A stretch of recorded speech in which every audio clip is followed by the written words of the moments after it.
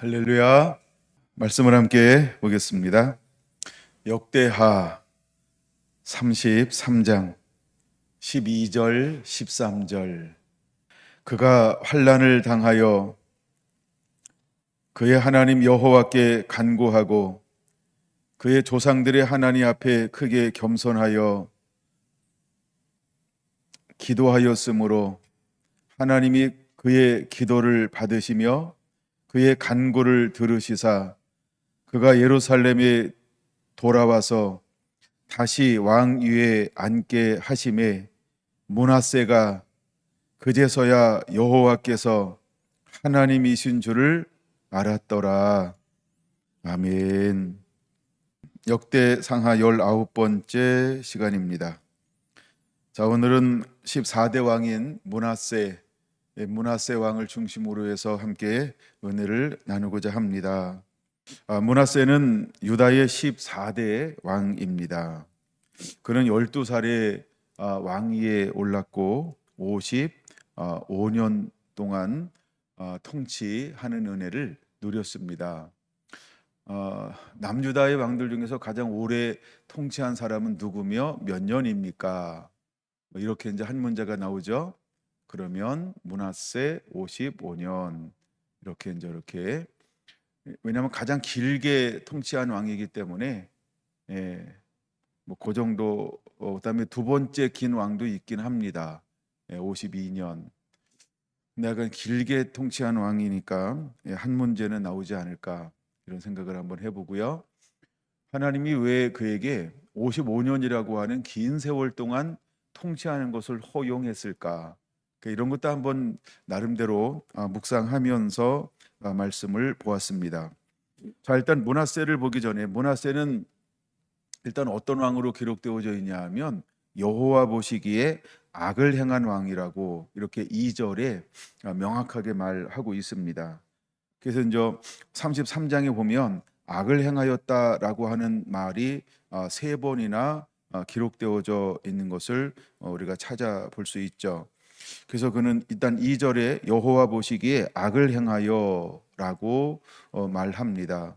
또한 9절에 보면 므낫세의 꾀임을 받고 악을 행한 것이 이렇게 말하는데, 이것은 유다와 예루살렘 주민들이 므낫세는 왕입니다. 근데 왕의 꾀임을 받아, 꾀다라고 하는 이 말은 와예타라고 하는 말인데, 이것은 잘못 길을 가르치다 이런 뜻으로 이제 쓰임을 받는 언어입니다. 그러니까 왕이 백성들을 잘못된 길로 인도하였다라고 말하고 있는 겁니다. 원래 이스라엘 백성들이 왕을 달라고 했을 때 왜 왕을 달라고 했을까? 왜 하나님은 왕정 제도를 세웠을까? 그런데 실제로 왕은 백성들을 어떤 길로 인도하고 있는가? 이것이 이제 우리가 사울 왕을 비롯해서 시드기야 왕에 이르기까지 한번 왕들이 과연 그들은 왕을 달라고 해놓고 왕을 달라고 구한 그 길로 얼마나 그 길을 걸어갔는가? 또한 실제로 왕의 세움을 받은 사람들의 어떤 한계성, 이런 것도 우리가 한번 묵상을 여유가 있으면 해볼 만한 가치가 있다라고 하는 겁니다. 우리가 하나님의 통치를 받다가 사사시대를 건너뛰고 왕을 달라고 했을 때 실제로 백성들을 왕을 원했지만 그 왕은 어떻게 통치했고 백성들은 그 왕을 중심으로 해서 어떻게 따라갔는가? 과연 하나님이 원하는 대로 굴러갔을까요? 그 길을 걸어갔을까요? 그런 흐름을 탔을까요? 이걸 우리는 예쁜 말로 말하면 뒤죽박죽, 이런 표현을 예쁘게 쓸 수 있다라고 하는 거죠. 처음에 없을 때는요, 뭐만 주면 나 이렇게 잘할 수 있을 거라고 하는 좋은 생각만 합니다. 근데 우리가 좋은 생각만 품고 삶을 살아가는데 그것만 있으면 얼마나 좋아요. 우리가 간과하고 있는 게 뭔지 아세요? 마귀가 있다, 사탄이 있다, 귀신이 있다, 우린 미혹받을 수 있다, 유혹받을 수 있다. 우린 늘 이것을요 까맣게 잊고 살아요. 이거 전혀 생각하지 않고 일단 뭐만 보고 하나님 앞에 막 땡깡을 쓸 수 있는 것처럼 보여요.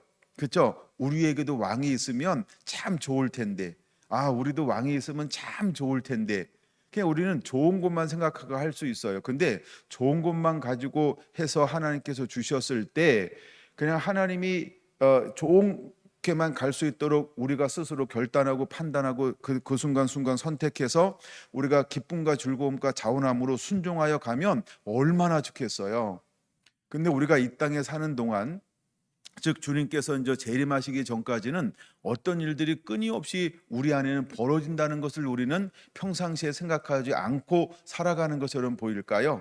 미혹받을 수 있다, 유혹받을 수 있다, 사탄이 있는 것을 까맣게 잊고 생활할 수 있다라고 하는 거예요. 그러니까 우리는 성경을 보면서 동시에 무엇을 생각해야 할까요? 하나님의 존재하심, 그 다음에 두 번째 사탄이 활동함, 이 두 가지를 우리는 늘 기억하고 살아야 한다는 겁니다. 그러면 우리는 순종하는 삶을 살아야 합니다. 죄를 회개하며 떠난 삶을 사는 자가 되어야 합니다. 우리는 늘 하나님을 의지하고 얼굴을 구하는 자가 되어야 합니다. 우리는 나사렛 예수의 이름으로 권세와 능력으로 사탄을 물리치는 삶을 사는 자가 되어야 합니다. 내가 하나님을 찾지 아니하면 반드시 사탄이 와서 나를 어떤 길로 걸어가게 할까? 죄의 길, 사탄의 길, 마귀의 길, 불순종의 길을 걸어가도록 우리를 유혹하고 미혹하고 그래서 조종하게 될 거라고 하는 것, 이것을 우리는 기억해야 한다라고 하는 것입니다. 우리가 역대기를 통하여 보면서 또 우리가 깊이 묵상해야 될 부분들이 바로 이러한 부분이라고 하는 것입니다. 그러니까 므낫세도 동일합니다. 므낫세는 할아버지를 누구를 두었을까요? 라고 했을 때 아하스라고 하는 16년 통치한 악한 왕, 그래서 여로보암의 길, 그래서 금송아지 우상과 여러 가지 우상을 섬기는 그 길을 걸어갔다라고 말하고 있습니다. 근데 그에게서 가장 어두울 때 하나님은 누구를 일으켰어요? 히스기야라고 하는 선한 왕을 하나님이 일으켜서 그를 통해서 29년 동안 통치하고 지배하고 다스리게 했다라고 하는 겁니다. 근데 히스기야는 인생을 살면서 무엇을 경험하고 또 누리게 했을까라고 했을 때 그는 29년 동안 삽니다. 그런데 그 가운데 무엇이 찾아왔어요? 죽을 병에 걸렸습니다. 그래서 실제로 죽을 수밖에 없었습니다. 근데 그는 어느 선지자를 만났습니다. 그 선지자는 누구일까요? 이사야 선지자입니다. 그래서 이사야 선지자를 통하여서 기도하고 그다가 하나님께 기도합니다. 근데 그가 기도할 때 어떤 내용으로 기도할까요? 열왕기 왕하 21장에 기록되어져 있는데 그가 어떻게 행했는지에 대한 자기의 삶을 하나님 앞에 그대로 아뢰고 있다라고 하는 겁니다. 그는 어떤 삶을 살았을까요? 말씀 앞에 신실했다라고 하는 겁니다. 그는 선한 길을 걸어갔다라고 하나님 앞에 자기의 삶을 이렇게 고변 그렇게 하나님 앞에 기도하고 있는 것을 볼 수 있습니다. 그런데 하나님은 그의 기도를 들으셨다라고 하는 것입니다.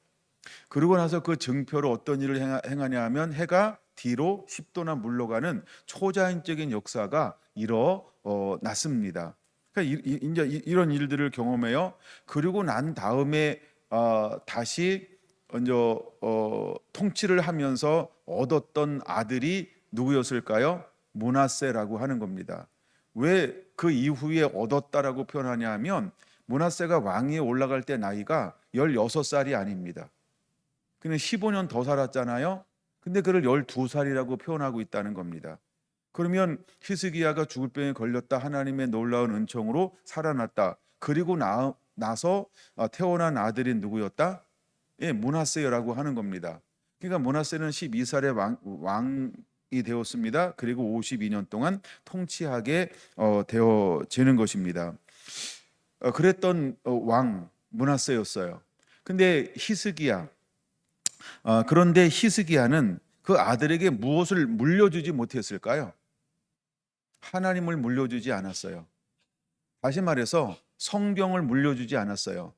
다시 말해서 율법을 물려주지 않았어요. 하나님의 법도와 율례와 계명을 지켜 행해야 된다라고 하는 왕의 길을 걷는 것을 전수하지 못했다라고 하는 것입니다. 여러분, 우리가 부모 세대가 되어서 자녀 세대에게 정말 제일 중요한 것 중에 하나가 무엇일까라고 할 때 이 하나님이 언약의 말씀을 물려주는 거죠. 이걸 우리는 다르게 말하면 신앙 교육이라고 말합니다. 우리가 어른이 딱 되고 나면 널 아쉽고 후회하는 것이 무엇인가라고 할 때 저도 이제 그런 부분에 해당이 되죠. 말씀에 대한 물려줌이 너무 약한 거예요. 이거에 대해서 너무너무 어떤 이런 부분들이 정말 이제 뼈에 사무치도록 막 우리 안에 다가오고 있잖아요. 왜냐하면 우리 자녀들이 어떤 길을 걸어갔는가를 봤을 때 이런 부분에서 왕들만이 그런 길을 걸어가는 것이 아니고 오늘을 살아가는 신앙인들도 이 길을 충분히 그렇게 걸어가고 있다라고 하는 겁니다. 근데 부모 된 입장에서 소원이 무엇인가라고 했을 때 물으면 다르게 대답할까요? 정말 나도 신앙생활에 본을 보이고 잘 해야 되지만 내 사랑하는 자녀들도 부모 밑에서 신앙교육을 잘 받아서 이제는 출가하든 어떤 장성하든 정말 좋은 신앙과 믿음의 사람으로 살아가기를 원하는 그 마음 얼마나 간절할까. 그러면 히스기야에게는 그 마음이 없었겠냐는 거예요. 그 마음이 있었다라고 하는 거죠. 그럼에도 불구하고 결과론적으로 봤을 때 히스기야는 무엇에 대한 부족함을 드러냈을까? 신앙의 전수, 말씀의 전수, 신앙 교육의 부족함을 여실히 드러내고 있었다라고 하는 것을 우리에게 그냥 그 므낫세가 나중에 어떤 삶을 살아가느냐에 따라서 그대로 보고 보여줄 수 있다라고 하는 것입니다. 일단 므낫세를 좀 이렇게 나이별로 한번 나눠보면 이렇게 나눌 수 있다는 거죠. 그는 12살에 왕이 되었다라고 하는 겁니다.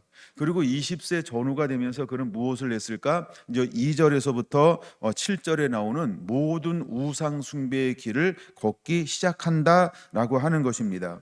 그리고 40세가 지나면서 아주 그 우상 숭배가 극에 달하게 되어진다는 겁니다. 그럼 우상 숭배의 길을 걸어가면서 몇 년쯤 지나니까 극에 달하여 가고 있을까요? 약간 20년쯤 지나니까 극에 달하여 가고 있다라고 하는 것입니다. 그 다음에 그는 드디어 성전을 더럽히기 시작을 합니다. 처음부터 성전을 한 번에 더럽히지 않습니다. 왜? 처음에는 그냥 외곽으로 신당으로 산당으로 바깥으로 우상들을 다시 세우기 시작합니다. 좀 이따가 다시 얘기할 수 있지만 이 모든 것들은 아버지 세대에 어떻게 했던 것일까요? 전부 제거했어요. 전부 허물어 버렸어요. 전부 파쇄하고 없애버렸다라고 하는 겁니다. 그 어떤 왕보다도 이 땅에 있는 모든 우상들을 전부 이렇게 파쇄한 왕이 아버지였다라고 하는 거죠. 근데 그런 아버지 밑에서 어떤 아들이 등장하기 시작을 했어요.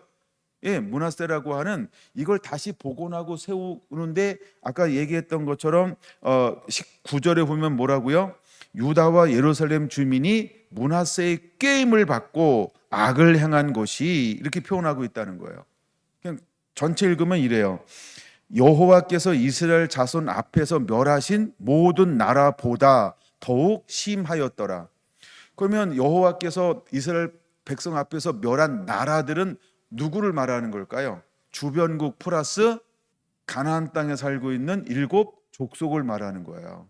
그러니까 가나안 땅에 살고 있는 7족속이 왜 하나님께서 모세와 여호수아를 통하여서 전부 멸하라 죽이라 라고 명령했을까요? 죄악이 관영함으로.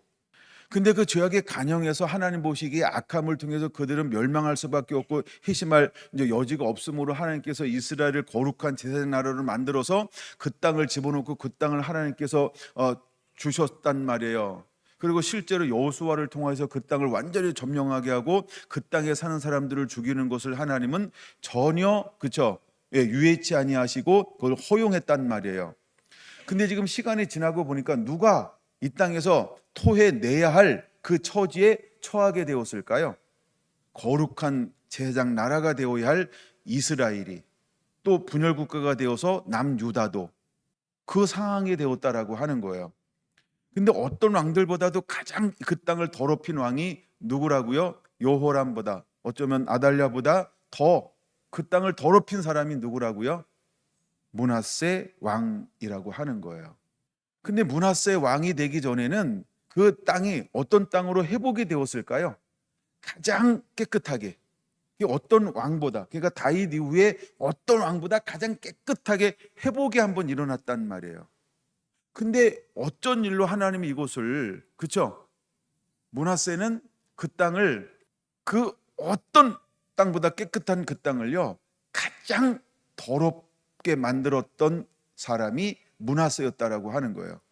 근데 더럽게 만드는데 걸린 시간은 얼마나 걸렸을까요? 약 한 20여 년. 길게 잡으면 약 한 30여 년. 뭐 정확하게 계산할 수는 없어요. 역사 자료를 근거로 해서 이렇게 추론을 해서 제가 계산을 해본 거고 어떤 학자들의 도움을 받았어요. 그래서 그들이 30여 년 동안 이 땅을 너무너무 더럽혔어요. 더럽히는 것은 그렇게 쉽지 않아요. 근데 히스기야가 그 땅을 깨끗하고 거룩하게 하는 데는 몇 년 걸렸다고요? 몇 년 후에 그 땅을 그렇게 정리하기 시작했다고요? 그렇죠? 아사 이후에부터 시작하면 152년이 걸렸다는 거예요. 근데 그 땅을 더럽히는 데는 몇 년 걸렸어요? 길게는 33년이고 짧게는요 10여 년, 한 20여 년 걸려버렸다라고 하는 거예요. 그 역할을 감당했던 통로들이 있는데 이 땅을 정화시키는 데 쓰임 받았던 통로는 히스기야라고 하는 사람이었고 이 땅을 더럽히는 데 쓰임 받은 통로는 므낫세라고 하는 왕이었다라고 하는 것입니다. 그러므로 우리가 순간적으로 무엇을 선택하냐는 굉장히 중요하다라고 하는 것입니다. 근데 므낫세는 9절에 보듯이 어떻게 했어요? 꾀임을, 즉 잘못된 길을 선택하여 백성들로 인하여 그 길을 걸어가게 만들었던 장본인이었다라고 하는 것입니다. 그래서 2절은 이렇게 시작하는 거예요. 여호와 보시기에 악을 행하여 라고 말입니다. 그는 악한 길을 여호와 보시기에 걸어갔던 사람이었다라고 하는 것입니다. 그러므로 6절 마지막 부분에는 뭐라고 말합니까? 여호와를 진노하게 하였다라고 말하고 있습니다. 여러분, 진노라고 하는 말이 역대상에는 2번이나 기록되어져 있어요. 근데 역대하에는 진노라고 하는 단어가 몇 번 기록되어져 있을까요? 역대하에는 16번 진노라는 단어가 기록되어져 있어요. 그만큼 역대 하에는 이제 유다 왕들의 이야기를 쭉 하는 건데 왕들이 어떤 길을 걸어간 것을 진노라는 단어를 통하여 볼 수 있는 걸까요? 죄악의 길을 걸어갔다라고 하는 겁니다. 그럼 20명의 왕들 중에서 죄악의 길을 걸어간 사람들, 그 다음에 개혁을 했지만은 유종의 미, 마지막에는 어떤 길을 걸어간 왕들이 자꾸 드러나고 있더라? 여호와를 진노케 한 왕들이 일어났다라고 하는 걸 보여주고 있는 겁니다. 그러면 똑같은 관점에서 하나님을 진노케 했다라고 하는 것은 무엇이냐 하면 우리가 반드시 기억해야 할 2가지가 있다라고 하는 거예요. 하나는 하나님이 살아계시다. 또 하나는 마귀가 존재한다. 하나는 천국이 있다. 하나는 지옥이 있다. 하나는 축복이 있다. 하나는 멸망이 있다. 하나는 빛이 있다. 하나는 어둠이 있다. 하나는 선이 있다. 하나는 악이 있다. 하나는 영적인 것이 있다. 하나는 육적인 것이 있다. 반드시 우리는 이 양면성을 생각해야 한다는 겁니다. 기억해야 한다는 겁니다. 근데 우리는 가끔 뭐 한다? 하나님을 바라보는 것처럼 보이지만 그렇죠? 마귀의 존재를 잊어버리고 산다.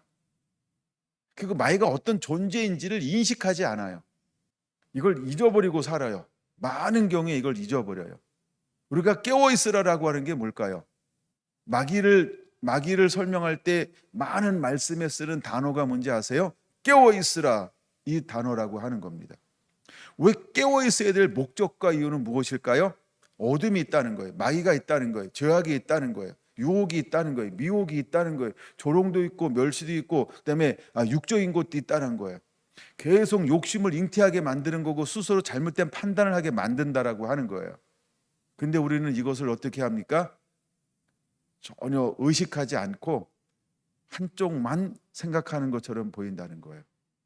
이것이 저는 왕들을 또 하나 묵상하면서 제게 다가오고 있는 것 중에 하나였습니다. 아, 그렇구나. 왜 왕들이 이런 삶을 살고 이런 판단을 하게 될까? 이들은 가끔씩 한 면만 바라보는구나. 이게 뭐예요? 좋은 면. 근데 좋은 것이 딱 주어졌을 때 무엇을 우리가 망각하며 살아요? 마귀가 나를 미혹할 것이다, 유혹할 것이다, 흔들 것이다. 마귀가 나를 찾아올 것이다. 우리는 이것을 잊고 사는구나. 그래서 하나님을 찾아야 할 그 시간에 우리가 강성하고 부요하고 넉넉하고 평온하고 형통하면 무엇을 잃어버려요? 하나님도 잃어버리고 마귀도 의식하지 않음을 통하여 갑자기 내가 하나님을 의식하지 않으니까 마귀의 유혹과 미혹에 나도 모르게 치우쳐서 내가 무엇을 하고 있더라? 마귀가 좋아하는 행동을 나도 모르게 하고 있더라. 이게 유종의 미를 잃어버리는 원인이라고 하는 겁니다. 제가 과도하게 묵상했을까요? 근데 그 대표적인 주자 중에 한 사람이 누구냐 하면, 그렇죠? 므낫세였다라고 하는 거예요. 그 좋은 환경에서 모든 발판이 너무 깨끗하고 선하잖아요. 그 발판을 물려받았음에도 불구하고 그는 왕에 대해서 무엇을 선택하냐는 거예요. 2절부터 7절까지 뭘 보여준다고요? 철저한 우상 숭배의 길을 걸어가는 것을 볼 수 있어요. 그 다음에 그는요, 성전을 모독합니다. 그 다음에 그는 인신 제사를 합니다. 그는 주술 행위를 합니다. 그는 19절 영적으로 타락한 길을 서슴없이 온 백성들을 꾀하고 함께 걸어가도록 악한 길에 선도주자의 문을 여는 자로 살아가게 된다라고 하는 것입니다. 이게 므낫세였다는 거예요. 바알들을 섬기고 아세라를 섬기고 이럴 성신에게 경배하고 여호와의 전안을 4절, 5절, 7절 여호와의 전이라는 단어가 있죠. 여호와의 전을 더럽히는 그 길을 걸어간 사람. 그 다음에 8절과 9절에 보면 그를 어떻게 평가하고 있습니까? 이방인보다 더 우상을 숭배하도록 장려한 사람, 이렇게 그를 소개하고 있다라고 하는 거예요. 그래서 하나님께서 가나안의 일곱 족속을 전부 쫓아냈고 주변의 모든 우상을 섬기는 세력들을 하나님께서 언제나 징치, 벌하고 멸하였고 그를 다스리고 지배하게 만들었는데 그들을 섬기는 모든 신들을 다시 이 땅 가운데서 부활시킨 사람이 누구다? 므낫세 왕이라고 하는 것입니다. 그런데 10절에 보면 무엇이 기록되어져 있을까요? 하나님이 징계했을 때 그는 무엇을 선택합니까? 회개를 선택하더라라고 하는 겁니다. 그래서 저는 그것을 읽기 전에 어디로 넘어갔다 왔냐 하면 열왕기하 21장을 넘어갔다 왔어요. 그 다음에 이사야 38장과 39장을 넘어갔다 와야 합니다. 하여간 이제 그런 부분들을 통해서 우리가 므낫세를 좀 더 깊이 살펴볼 수 있기 때문입니다. 열왕기하 23장, 24장에도 하나님이 왜 유다를 이제 멸하기로 했는지에 대한 원인과 이유를 자세하게 설명하고 있습니다. 그 이유는 크게 두 가지로 귀결될 수 있죠. 첫째는 우상숭배, 둘째는 무죄한 자의 피를 많이 흘렸기 때문이다라고 열왕기하 23장 26절, 24장 3절에 명확하게 꼭 집어서 말씀을 하고 있다라고 하는 것입니다. 첫째 우상숭배, 둘째 무죄한 자의 피를 많이 흘림으로 인하여라고 말씀을 하고 있습니다. 그는 그런 길을 걸어간 사람입니다. 근데도 하나님은 그에게 어떤 것을 허용했을까요? 이제 33장 10절에 보면 이거 단순히 이것은 거기는 기록하지 않았지만 여호와께서 므낫세와 그의 백성에게 이르셨으나, 그럼 이르기 위해서 직접 오셨을까요? 손자를 파송했을까요? 그렇죠. 손자를 파송했죠. 대표적인 선지자가 누구라고요? 이사야. 근데 그런 선자의 말을 들어요? 듣지 않아요?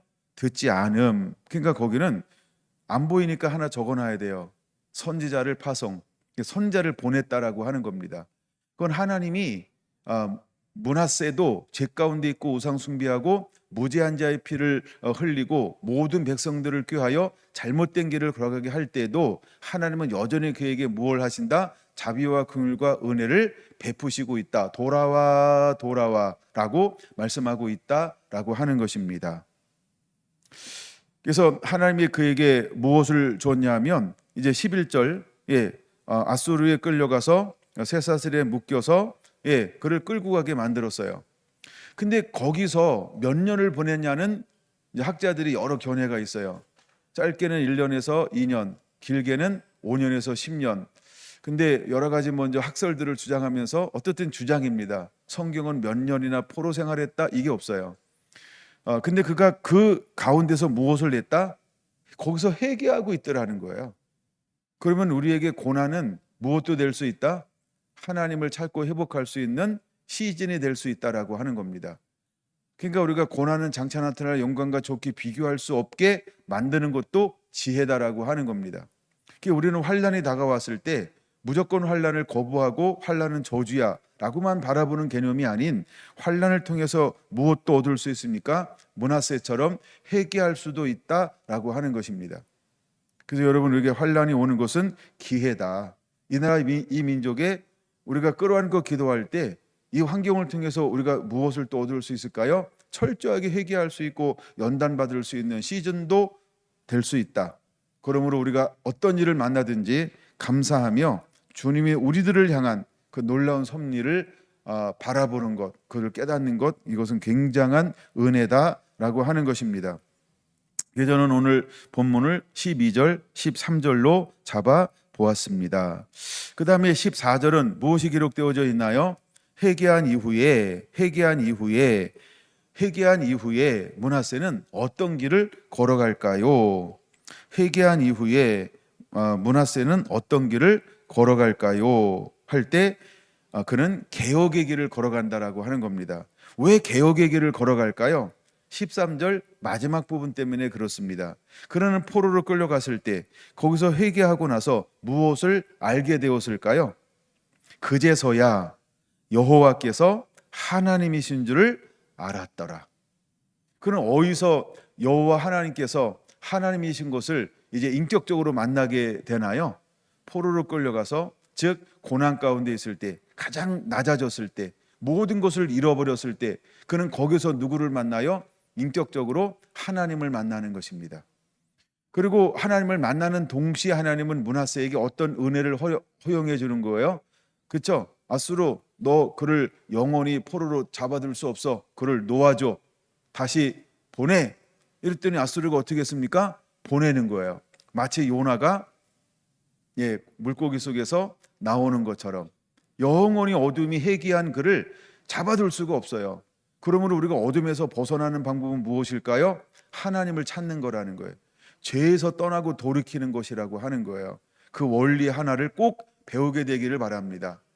저는 옛날에 이 말씀을 읽을 때 이 상당히 저에게 부닥치는 말씀 중에 하나였어요. 왜냐하면 가장 나쁜 사람이 므낫세잖아요. 예. 근데 그렇게 나쁜 사람이 회개하니까 하나님께서 어떻게 하신다고요? 용서해줘? 또 회복해줘? 이게 도대체 머리로 이해가 안 되는 거였었어요. 사실은 내 감정이 이해가 안 된 거죠. 왜? 내 감정은 이미 그를 뭐하고 있어요? 심판하고 있는 거죠.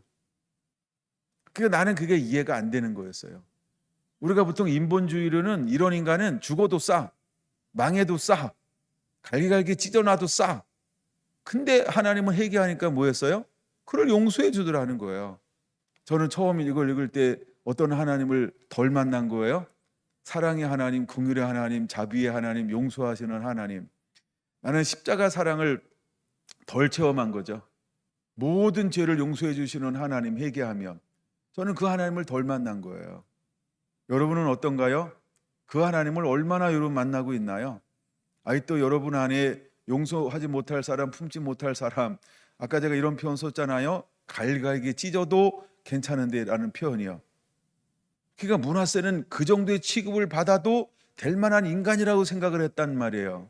그런데 왜 이 땅을, 그 정화된 나라를 가장 우상 숭배의 소굴로 만들었던 장본인이 누구였어요? 므낫세. 그래서 못났다 이랬단 말이에요. 근데 그도 회개하니까 하나님이 어떻게 하시더라고요? 용서하시더라는 거예요. 그리고 다시 돌아와서 그는 무엇을 합니까? 나 이제 인격적으로 하나님을 만났어 하면서 뭘 합니까? 부분적 개혁을 하기 시작하더라는 거예요. 자기가 갔던 길을 돌이키고 있더라고 하는 거예요. 물론 그의 아버지 히스기야보다는 농도는 얕아요. 근데 어쨌든 므낫세는 어떤 길을 걸어가요? 개혁의 길을 걸어가고 있더라는 거예요. 변화의 길을 걸어가고 있더라는 거예요. 근데 하나님은 그 변화의 길을 걸어갈 때 므낫세를 어떻게 여기시더라? 복 주기 시작하고 은혜 주기 시작하더라라고 하는 거예요. 그러니까 아버지 마음은 우리의 마음과 다르다. 아버지의 생각은 우리의 생각과 다르다. 하나님의 길은 내가 걸어가는 길과 다르다. 여러분, 이것을 온전히 만났나요? 그냥 부분적으로 만나고 있는 건가요? 저는 솔직히 온전히 만났다고 저는 고백할 수가 없어요. 저는 부분적으로 만났어요. 저는 하나님이 왜 이렇게 했는지를 100%다 수용이 안 됩니다. 아직도. 제가 묵상하면 난 수용이 안 되는구나. 나의 그릇을 발견했어요. 여러분은 어떤가요? 근데 하나님은 어쨌든 므낫세를요 받아주었다라고 하는 거예요. 그를 품어주었다라고 하는 거예요. 제가 이걸 묵상하면서 한 번 더 묵상했던 게 이거였어요. 예수님과 함께 좌우편에 함께 달린 강도들이요. 그들은 실제로 달릴 만한 그 시대에 죄를 범한 사람들이었다라고 하는 거예요. 약간 그걸 쭉 묵상했다는 거예요. 여러분은 어떤가요? 같은 처지에 처했을 때 우리는 예수님을 향하여 어떻게 우리가 고백할 수 있을까? 두 사람의 고백이 서로 다른 걸 이미 여러분 알고 있죠? 여러분은 어떤 고백을 할 수 있어요? 같은 우리가 선상에 있잖아요. 어떤 면에서 같은 선상에 있을 때 나는 하나님을 향하여 어떤 고백을 할 수 있을까요? 아니, 예수님을 향하여 여러분 어떤 고백을 할 수 있을까요? 더 나아가 우리는 같은 어떤 성도들을 향해서 어떤 고백을 실제로 하고 있을까요? 그것이 나의 현 주소고 누가 뭐라고 해도 나의 생각이 여러분의 신앙이라고 하는 거예요.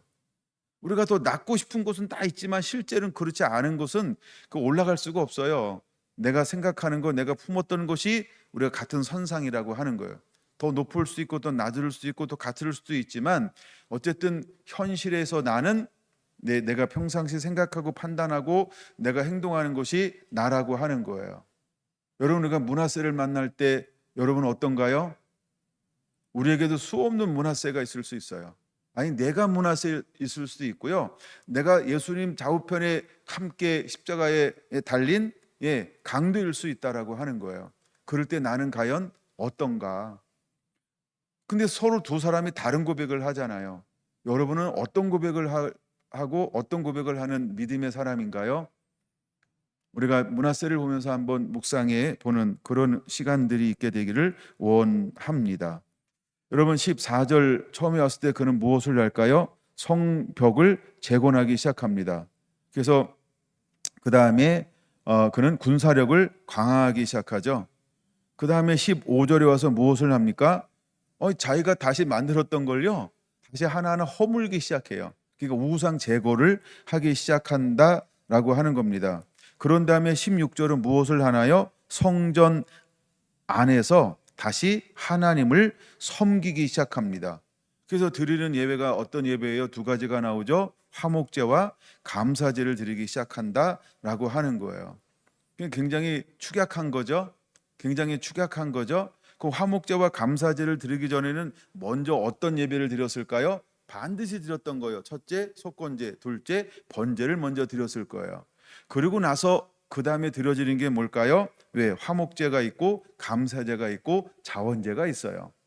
그러니까 이 말은 뭐냐 하면 이미 화목제 했다는 거예요. 참, 속건제 했다라고 하는 거예요. 그 다음에 번제 회복이 되었다라고 하는 거예요. 그는 모든 걸 무너뜨렸다가 포로로 끌려갔다가 개고생했나 봐요. 그러니까 뭔가 정신 차릴 만한 뭔가 환경이 주어진 거예요. 그랬던 이 30여 년 동안, 아니 한 40대 중후반 된 나이에서 그 역경과 고난을 만나서 사람이 바뀌었다? 그 바뀐 사람이 누구라고요? 므낫세요. 우리 속담에는 그러잖아요. 사람은 안 변해, 안 바뀌어. 그러니까 나의 고정관념을 그때 내려놓으라는 거예요. 근데 우리는 계속해서 인본주의에 의해서 어떤 관념을 마치 성경처럼 진리처럼 가지고 있는 게 있을 수 있을까요? 사람은 안 바뀌어. 3살 버릇 여든까지가 사람은 고쳐 쓰는 게 아니야. 이것이 어쩌면 우리에게 신앙처럼 하나 자리 잡고 있을지 몰라요. 그러니까 그거 내려놓으라는 거예요. 그걸 누굴 통해서 우리에게 보여주고 싶은 거예요? 므낫세요. 근데 므낫세는 바뀌었어요? 안 바뀌었어요? 바뀌었다라고 하는 거예요. 근데 우리를 진정으로 바꿔놓는 것은 무엇이 우리를 진심으로 바꿔놓게 만들까요? 그걸 우리가 진정한 회개라고 말하는 거예요. 그래서 주님께서 오실 때에 세례 요한을 통하여 무엇을 외치게 만들었을까요? 회개하라, 천국이 가까이 왔느니라. 그러면 우리는 마이가 주는 어떤 이런 음성, 또 인본주의의 음성에 이것을 진리처럼 어떤 하나의 기준으로 삼지 말고 우리는 달라져야 한다는 거예요. 우리는 무엇하면 바뀔 수 있을까요? 회개하면요. 믿습니까? 이제 그렇게 여러분 가지고 있는 생각을 바꿔보시겠습니까? 그리고 우리가 다른 사람들을 대할 때 그렇게 바라봐 주시겠습니까? 바뀔 수 있어. 고정관념으로 바라보는 것이 아니고 뭐라고요? 회개하면 바뀔 수 있어라고 바라봐 주시겠습니까? 여러분 보세요. 제가 이걸 묵상하면서 같이 묵상했던 것이 누구냐 하면 예수님이었어요. 그래서 예수님이 요한복음 5장 이제 19절 30절 그다음에 8장 29절 28절 29절 제가 늘 다룬 레퍼토리 같은 거 있잖아요. 아무것도 스스로 하지 않았다. 그 부분을 강조하고 싶은 건데 그런 것처럼 예수님 우리도 그렇게 행할 수 있다라고 하는 거예요. 이게 무슨 말이냐 하면 회개하면 어떤 삶을 살아갈 수 있게 될까요? 스스로 아무것도 행하지 아니하고 주님이 보여주고 가르쳐주고 들려주는 그대로만 행동할 수 있다라고 하는 거예요. 이게 회개라고 하는 거예요. 회개 전에는 어떤 길을 걸어갔어요? 이거 나중에 이제 90번대 이상에 나올 만한 문제가 하나 있어요. 유다의 왕들은 언제 선한 길을 걸어갈 수 있었나요? 이런 유형의 문제를 반드시 낼 건데 그들은 그들이 선한 길을 걸어갈 땐 그들은 무엇을 하고 있었을까요? 여러분들이 답을 찾아내면 되는 거고요. 근데 그들이 뭘 할 때 그 길을 걸어갈 수 있었을까요? 아는 게 떠오르는 게 있죠? 예, 약간 그게 답입니다. 모르면 성경을 찾아보셔야 됩니다. 그들이 선한 길을 정직한 길을 걸어갈 때는 그거 할 때 걸어갔어요. 근데 그거 하지 않을 때 전부 넘어졌단 말이에요. 그게 뭘까요? 예배드리는 분들도 가르쳐 드릴까요? 여호와를 찾는 동안에는 이런 단어가 있죠. 여호와를 찾을 때에는 이 단어예요. 여호와를 찾을 때는 그들은 선한 길을 걸어갔어요. 하나님의 형통함을 갖고 평안함을 누렸어요. 근데 여호와를 찾지 아니하고 자기의 길을 걸어갈 때 어떤 것이 그들에게 오기 시작했을 이것을 우리는 성경은 뭐라고 표현하고 있다고요? 교만이라고 표현하고 있다라는 거예요. 그러니까 교만과 여호와 하나님을 찾는다, 의지한다, 구한다라고 하는 것은 이렇게 서로 다른 거예요. 그런데 보세요. 므낫세가 왕이 되었어요. 그래서 45세 전후로 해서 이제 므낫세의 인생은 갈라지는 거예요. 45세 전후로 해서. 그런 67세를 살아가요. 그럼 45세 이후로 전후라고 한다라고 하는 것은 뭐냐 하면 22년 동안은 어떤 길을 걸어가요? 그렇죠? 회복된 인격적으로 하나님을 만나서 하나님이 기뻐하는 하나님을 찾는 길을 걸어가요. 그럼 45년 동안은 그는 어떤 길을 걸어갔다는 거예요? 그렇죠? 하나님을 찾지 않았다. 즉 어릴 때부터 신앙교육을 잘못 받음을 통하고 다른 걸 소유함을 통하여 그는 어떤 길을 걸어간 거예요? 자신의 길을 걸어간 거예요. 자신의 길을 걸어갔어요. 이것이 므낫세의 인생이에요. 그러면 회개라고 하는 건 뭐냐? 인격적으로 하나님을 만난 것이 무엇이냐라고 할 때 인격적으로 하나님을 딱 만나는 동시에 우리는 어떤 길을 걸어가게 될까요? 여호와 하나님을 전적으로 찾는, 의지하는, 얼굴을 구하는 이 길을 걸어가는 것이 인격적으로 만남의 삶의 고백이라고 하는 거예요. 사람들은 이렇게 이야기를 할 수 있어요. 나 하나님, 예수님 인격적으로 만났어요. 근데 삶에 이렇게 어떤 그 여정을 살펴보면 이게 너무 없어요. 그럼 그거는 말장난이라고요. 정말 하나님을 인격적으로, 예수님을 인격적으로 내 안에 모시고 있다 그러면 어떤 길을 걸어가는 것이 삶에 이렇게 드러날까요? 여정이. 그렇죠? 하나님을 찾아요. 그는 먼저 기도하는 습관이 있어요. 그 기도하는 것을 그냥 사람들이 느낄 수 있고 볼 수 있어요. 그럼 하나님의 얼굴을 구하고요. 말씀 앞에 자기를 비추고요. 말씀 앞에 자기를 순종하고 복종시키고요. 자꾸 말씀 앞에 자기의 삶을 이렇게 대입하는 거죠. 그래서 자기를 쳐서 복종시키면서 끊임없이 거룩한 씨름을 합니다. 그게 인격적으로 만난 사람의 열매라고 하는 거예요. 그럼 우리는 이제 무엇을 실제로 보여주는 자가 되어야 할까요? 므낫세가 하나님을 만나기 전에는 어떤 길을 걸어갔다고요? 온갖 우상을 섬기는 길을 걸어갔어요. 근데 13절에서 이제 하나님을 인격적으로 만났어요. 그 이후에 그는 어떤 길을 실제로 걸어내고 있나요? 그렇죠? 하나님을 찾습니다. 하나님을 의지합니다. 하나님이 기뻐하는 율법, 말씀, 계명, 법도를 그대로 그는 온 삶을 다해서 그 길을 걸어내고 있더라고 하는 거예요. 이것이 인격적으로 예수님을 만난 사람의 삶의 여정이라고 하는 거예요. 여러분은 이제 어떤 길로 여러분을 증명하시겠습니까? 말로는 다 할 수 있어요. 말로 말고요. 우리의 삶의 여정으로 보여줘야 한다라고 하는 것입니다. 그래서 므낫세의 삶은 45세가 그러니까 45세 전과 45세 중후반 뭐 정확하게 몇 년이다 이렇게 할 수가 없어요. 성경에 안 나와요. 근데 우리가 이렇게 이제 역사적으로는 학자들이 연구를 했는데 45세 중후반 이렇게 표현하더라고요. 그래서 중후반 이후에 그러니까 우리가 왕이 돼서 33년 정도는 그는 우상의 길을 걸어가요. 근데 포로로 끌려갔던 하여간 그 시즌을 통해서 그는 삶에 인격적으로 하나님을 만난 이후에 그 남은 인생을 어떤 곡선으로 그를 만들어내냐 하면 하나님이 기뻐하는 길을 걸어가는 삶으로 그 삶을 이어가고 있더라라고 하는 것입니다. 어떤가요? 우리가 그 길을 걷는 은혜가 있게 되기를 원합니다. 할렐루야. 저는 17절 보면서 물론 16절 마지막 부분 보세요. 이스라엘 하나님 여호와를 섬기라 하매 이제 그렇게 명령을 내렸어요. 그다음에 17절 볼게요.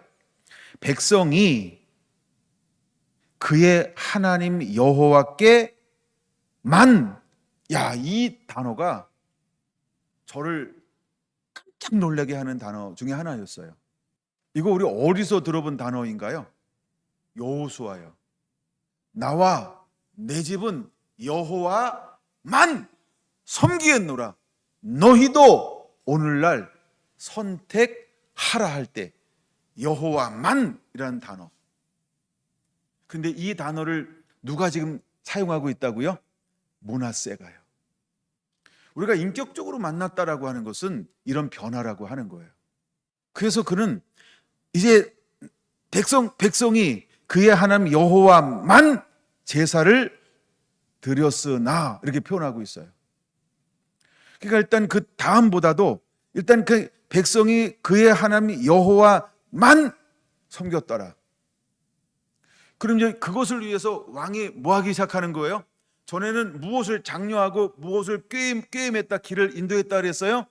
모든 우상을 섬기는 것을 막 그 정치적 자기 왕의 권력과 힘으로 그것으로 밀어붙였단 말이에요.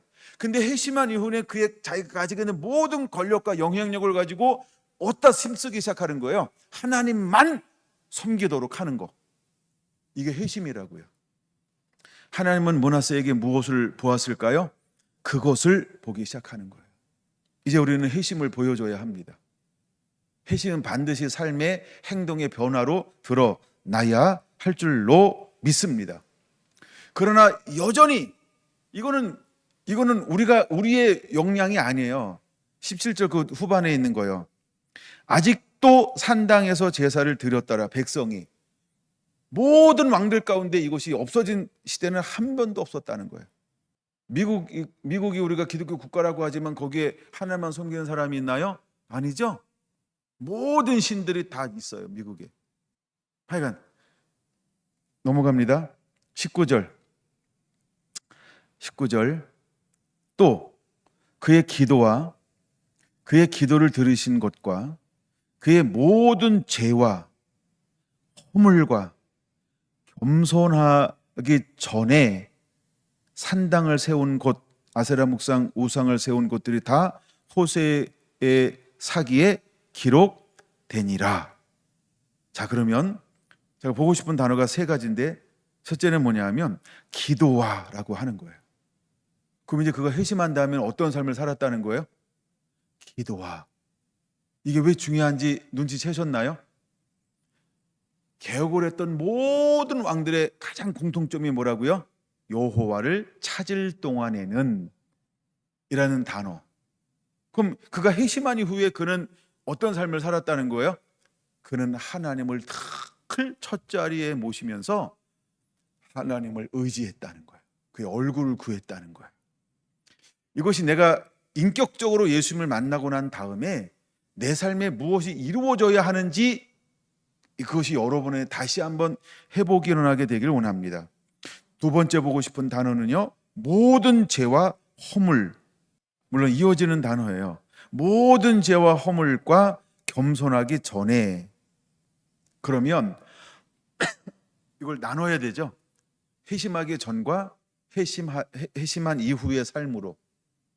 그런 그는 회심한 이후에 어떤 삶을 개인적으로 살기로 정말 힘쓰고 애써서 변화된 삶을 살아내려고 나름대로 그렇게 힘쓰고 애썼냐는 거예요.